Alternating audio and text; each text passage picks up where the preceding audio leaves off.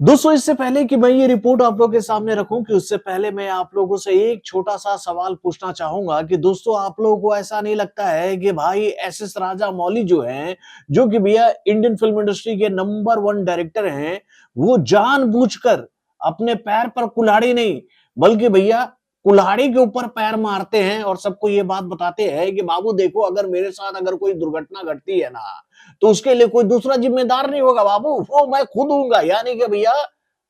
दुर्घटना घटना घटने के भी श्रेय है वो खुद ही लेना चाहते हैं, दूसरे को नहीं देना चाहते हैं। तो भाई ऐसा क्या हो गया है एस राजा मौली के साथ कि भैया वो विवादों में आ गए हैं अपनी आने वाली मच अवेटेड फिल्म यानी कि भैया वाराणसी को लेकर। तो क्या है ये मैटर, चलिए मैं आपको बताता हूँ इस छोटे से रिपोर्ट के माध्यम से। हेलो फ्रेंड्स, मैं हूं नरेंद्र और मैं आपका एक बार फिर से स्वागत करता हूं हमारे चैनल यानी कि वायरल न्यूज जंक्शन में। तो दोस्तों ये बात तुम लोग जानती हो कि भाई जब से एस राजा मौली की आने वाली मच अवेटेड फिल्म यानी कि भैया वाराणसी का टाइटल रिवील हुआ एक शानदार वीडियो के माध्यम से, और उसमें भाई जो कंटेंट जो कहानी देखने को मिली उसको देखकर तो भाई लिबरल्स की तो पहले से ही कहते तो भैया स्थान विशेष में दर्द होने लगा इस बात को लेकर कि अरे यार एस राजा मौली तो खुद को नास्तिक बताता था, ये आस्तिकों वाली फिल्म कैसे बना लगा, ये कैसे ऐसा कंटेंट ऑडियंस के बीच में रख रहा है। जबकि भैया इससे हम लोग ये उम्मीद लगाकर बैठे थे कि भैया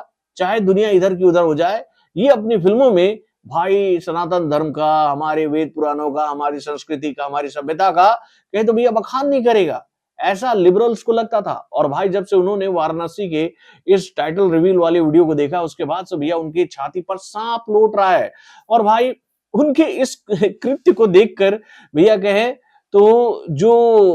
अलग वे वाले जो लोग हैं ना यानी कि राइट विंग के लोग, वो ये बात कह रहे थे कि बाबू नहीं नहीं नहीं एस राजा मौली ने मजा ले लिया भाई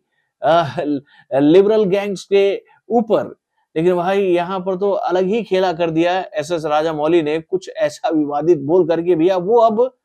राइट विंग क्या छोड़ो, लेफ्ट विंग क्या छोड़ो, भाई ये दोनों के निशानों पर आ चुके हैं मेरा भाई, दोनों के निशाने पर आ चुके हैं। अब देखिए एस राजा मौली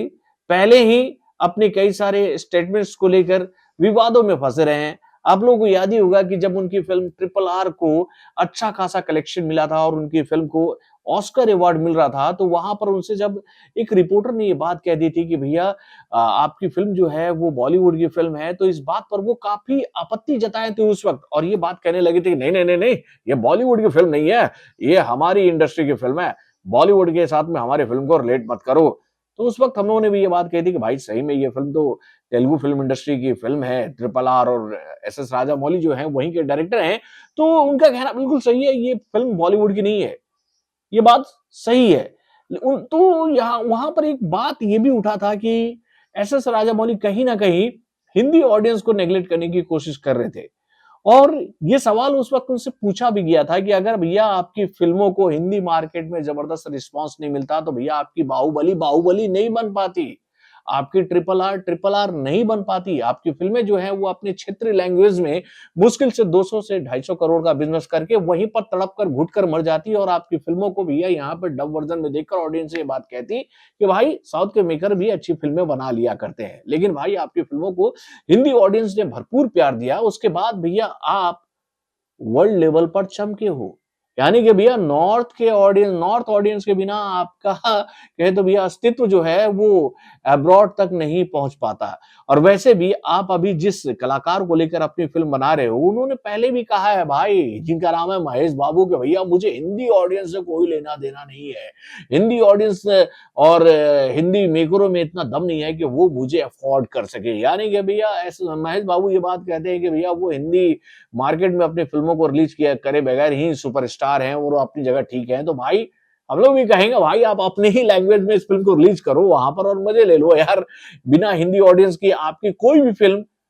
भैया 1000 करोड़ दूर की बात है, 500 करोड़ का आंकड़ा पार करके दिखा देगी ना भैया साउथ के मार्केट से, हम लोग बोलेंगे कि हाँ ऐसा हो सकता है, चमत्कार आपकी फिल्म के साथ। लेकिन भाई एस एस राजामौली को ये बात अच्छी से पता है कि भैया हिंदी ऑडियंस के बीच में उनको अपनी फिल्म लाए बगैर ये चमत्कार वाला चमत्कारी कलेक्शन जो है वो मिलने वाला नहीं है। तो भाई अब वो अभी हाल फिलहाल में उनका एक और इवेंट हो रहा था बनारस में, तो उन्होंने वहां पर कुछ ऐसा कह दिया कि भैया देखिए मैं तो नास्तिक हूँ और मुझे भगवान-वगवान पर बिलीव नहीं होता है। तो वहीं पर उनके इवेंट के दौरान ना कुछ ऐसा घटनाक्रम हो गया है जिसकी वजह से भाई थोड़ा-सा उनका जो इवेंट था वो डिले हो गया, तो उन्होंने वहाँ पर कुछ ऐसा कह दिया जिसकी वजह से विवाद हो गया मेरे भाई। अब मैं उस विवाद में नहीं ले जाऊँगा आप लोगों को, ना ही वो बात बताने की कोशिश करूँगा कि भैया एस.एस. राजामौली ने ऐसा क्या कहा था भगवान को लेकर कि भैया वो निशानों पर आ गए लोगों के। अब भाई आप अपनी फ़िल्म में सनातन धर्म की बात कर रहे हो, सनातन धर्म के वेद पुराणों का सम्मान कर रहे हो, हमारे देवी-देवताओं को अपनी फ़िल्म में दिखा रहे हो, हनुमान जी को दिखा रहे हो, प्रभु श्री राम को दिखा रहे हो और आप हनुमान जी को लेकर कमेंट भी पास कर दे रहे हो। तो भाई पहले ये बात आप क्लियर करो कि आप ये जो फ़िल्म बनाए हो, ये सनातन धर्म के सम्मान में बनाए हो या फिर अपने देश के वेद पुराणों का सम्मान करने के लिए बनाए हो या फिर भैया चूतिया काट कर पब्लिक से पैसा कमाने के लिए बनाए हो। जब आप आस्तिक हो ही नहीं, आप नास्तिक हो तो भैया देवी-देवताओं के ऊपर में आप फ़िल्म क्यों बना रहे हो भाई? क्या बताना चाह रहे हो? मतलब कि पब्लिक के इमोशन और पब्लिक के सेंटिमेंट के साथ खेलकर आप पैसा कमा लेना चाहते हो, लेकिन भैया दुनिया के सामने चौड़ा होकर ये बात कहना चाहते हो कि भैया देखो मुझे देवी-देवताओं के ऊपर बिल्कुल यकीन नहीं है। तो भाई ऐसी फ़िल्म बना क्यों रहे हो? और आपके इन कर्मों की वजह से अगर हिंदी ऑडियंस आपसे बिदक गई ना, तो आपकी फ़िल्म तो गई बॉस, गई। अब ये जो इंसिडेंट हुआ है ना, इसको देखने के बाद तो मैं यही बात कह रहा हूँ या ये उनकी तो हालत ऐसी हो गई है कि वो इस साइड वालों के भी नहीं रहे और उस साइड वालों के भी नहीं रहे। मतलब ये बीच के पेंडुलम बन गया, अब दोनों तरफ से इनके ऊपर ना पंचिंग बॉक्स चल रहा है और मजे ले रहे हैं दोनों साइड के लोग। चाहे वो लिबरल्स हो या फिर वो राइट विंग के लोग हो। यार हरकत ऐसी क्यों करते हो आप लोग यार?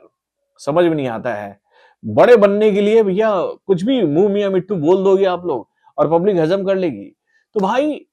एस.एस. राजामौली के साथ में ये जो घटनाक्रम हुआ है, इसको लेकर आपको क्या उदाहरण याद आ रहा है? मैंने जो शुरू में कहा था वही ना कि भाई इन्होंने कुल्हाड़ी को पैर पर नहीं मारा है, बल्कि पैर को जानबूझकर कुल्हाड़ी के ऊपर मारा है। आपको भी ऐसा लगता है ना? अपने कमेंट के माध्यम से हमें ज़रूर बताइएगा। तो बॉलीवुड से जुड़े और भी कई सारे खबरों को जानने के लिए हमारे चैनल यानी कि वारन जंक्शन को सब्सक्राइब करना ना भूलिएगा और हमारे अपडेट्स को जानने के लिए बेल आइकन को जरूर दबाइएगा।